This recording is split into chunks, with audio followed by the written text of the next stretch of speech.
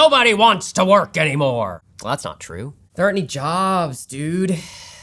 Also not true. We could all be laying in the sun eating oranges, but someone invented money. And as good as that sounds, also not true. There are always gonna be complaints about the job market from all angles and generations. But still, people need to work and do cool things like eat food and sleep indoors, and businesses need to hire in order to, business. And to figure out how much labor to hire, these firms turn to the economic guiding light: maximizing profit. Hi, I'm Matt Sofa, and this is Study Hall, Macroeconomics.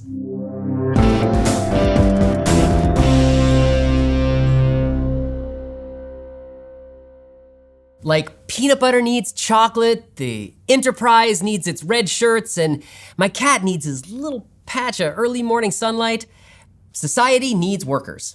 And those workers need to get paid. But for firms, deciding how many workers to hire and pay depends on the market forces of the job market. Since the job market is just that, a market, it behaves a whole lot like other markets we're familiar with. It's regulated by the push-pull of supply and demand with the same ultimate goal for everyone involved: maximizing the money in your pocket. Only this time it's the households supplying important services, their labor, which firms demand and pay for with wages. Imagine, if you will, the year 1993, an era of Doc Martens, Beavis and Butthead, and Nirvana.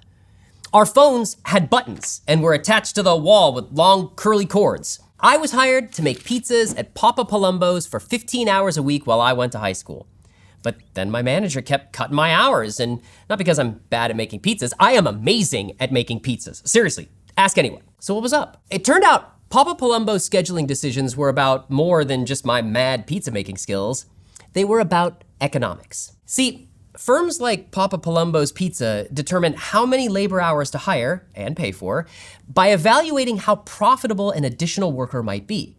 Generally, they'll keep paying for more labor as long as it's profitable to do so, meaning the additional money they make is greater than the marginal cost of additional workers, a concept known as the marginal decision rule. And it turned out that while my pizzas were certifiably amazing, my added pizza output didn't actually create enough money to cover my part-time paycheck. It went something like this. Papa Palumbo had some important costs he had to pay no matter how many workers he hired and how many pizzas he sold. Owning a pizza shop takes a fancy oven, products to keep the kitchen and dining area clean, electricity to keep the coolers functioning, and a monthly rent check to keep the landlord happy. We call those fixed costs, and they shook out to be about $100 an hour. Papa Palumbo's was open 7 days a week from 11:30 a.m. to 9:30 p.m. So in addition to those fixed costs, Papa Palumbo had to pay to staff those shifts. I got paid $6 an hour to flip dough and sling sauce. This was the 90s after all, so this was actually really cushy. So it cost Papa Palumbo $6 an hour to keep even one worker on any shift. Those fixed costs, plus the cost of labor and pizza ingredients, combined to make the cost of production. Papa Palumbo sold his pizzas for $20 a pop. It was the good stuff. So he needed to sell at least 5 pizzas an hour just to cover those fixed costs, plus a 6th to cover the hourly paycheck of the 3 workers he kept to keep the ovens running, the register man and the Parmesan shakers all filled up. And since Papa Palumbo was all about those profits, he only hired us for as many hours as it would be profitable. And to figure out exactly what that meant for this particular pizza joint, Papa Palumbo had a lot to consider. Generally, more workers means more pizzas can be made, which means more revenue can be raked in. The output by each additional individual hour of labor, in this case pizzas, is known as the marginal product of labor. So for each worker added to a 1-hour shift, we see an increase in both marginal product of labor and the marginal revenue product, the additional revenue made on each additional hour of labor. But the more people you add, the less productive they're gonna be. So when you add a 4th worker to man the 2nd oven, you might up production by 4 pizzas an hour. But the 5th worker only adds 3 more pizzas per hour, and the 6th person only adds 2 more. And that's not because those additional workers were lazy, except for Big Steve, he was definitely a slacker. But because there's only so much room in Papa Palumbo's kitchen, and only so many customers you can serve in an hour. This phenomena is called the diminishing marginal product, or the idea that additional labor increases production less and less the more labor you add. And it's really going to affect Papa Palumbo's hiring decisions. Remember that the marginal decision rule states that as long as a firm is making some profit with each additional unit of labor, they'll keep demanding more. So even though the marginal revenue product starts to decline after hiring 4 workers, Papa Palumbo will keep hiring as long as the wage of the additional hire is less than the marginal revenue product and there's some profit to be had. Papa Palumbo will hire 8 workers for this hour because that's the number of employees where he's still turning a profit. Beyond that, it's nothing but loss. And since I was employee number 10, I was cut right out of my precious lunch shift. I'd like to again stress that this was because of the marginal decision rule and not because of my pizza making skills. Of course, Papa Palumbo's hiring policies depend a whole lot on how much he's paying his employees. If our wages were sliced in half and we were making only $3 an hour, I could probably have some of my shifts back, since it would be less expensive to keep me on the clock. Though whether or not I'd bother showing up to work for $3 an hour is a different story. If we all got a fat raise, my hours would probably be cut even further. If we throw this up on a graph, the y-axis shows us the price per hour of labor, aka wages, and the x-axis represents quantity, aka labor hours. And this is looking a lot like other demand curves we're familiar with. And our demand curve for the entire labor market looks pretty much the same. And like all demand curves, it doesn't stay static. For example, demand for output, or how much of a product consumers want, is gonna shift your labor curve left or right. If hell freezes over and suddenly nobody wants pizza anymore, Papa Palumbo is gonna sell less, make less, and hire fewer workers. Another labor demand shifter is technology.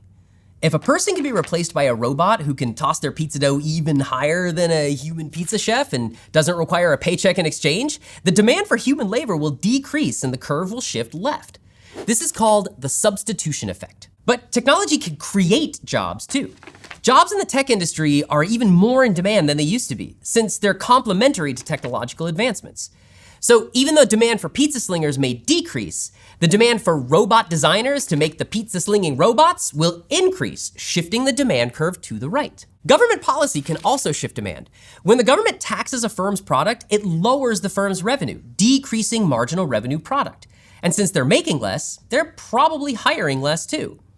But when the government subsidizes a product, the firm will produce more. And that means hiring more labor, shifting the demand curve to the right. So we know, back in the day, Papa Palumbo wanted to hire 8 workers per hour at $6 an hour each. We also know that that number would increase if suddenly tons more people than usual wanted pizza for lunch, or if the government subsidized pizza cost. It is one of the major food groups after all. But he'd probably start cutting workers if taxes went up, or if he could easily replace me and my coworkers with pizza robots. But wait, how did Papa Palumbo land on paying us $6 an hour in the first place?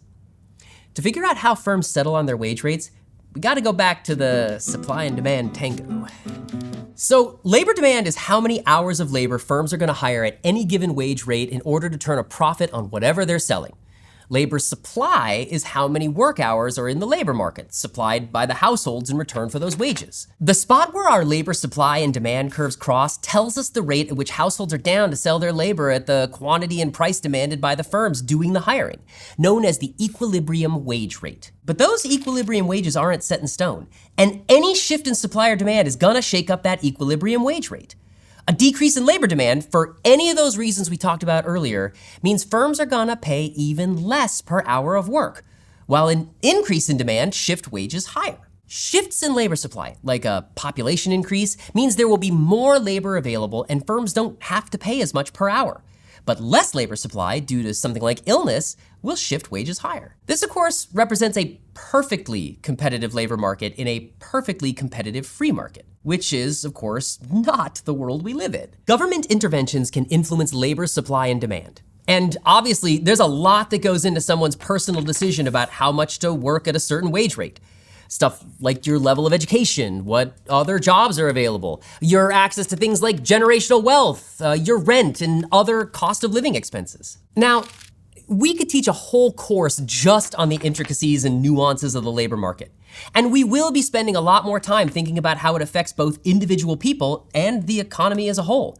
That's because of this push-pull of labor supply and demand not only influences how much workers get paid, but another hugely important economic indicator too: unemployment. As it turns out, Crotchety boomers, mopey millennials, and slacker Gen Zers are all right, at least part of the time. What's that? No, nobody cares about Gen X anyway. There are times when nobody wants to work, and the labor supply shift left. Equilibrium wages increase, and suddenly, boom, you got workers. And there are, of course, times when there's no work to be found, meaning labor supply is outpacing demand.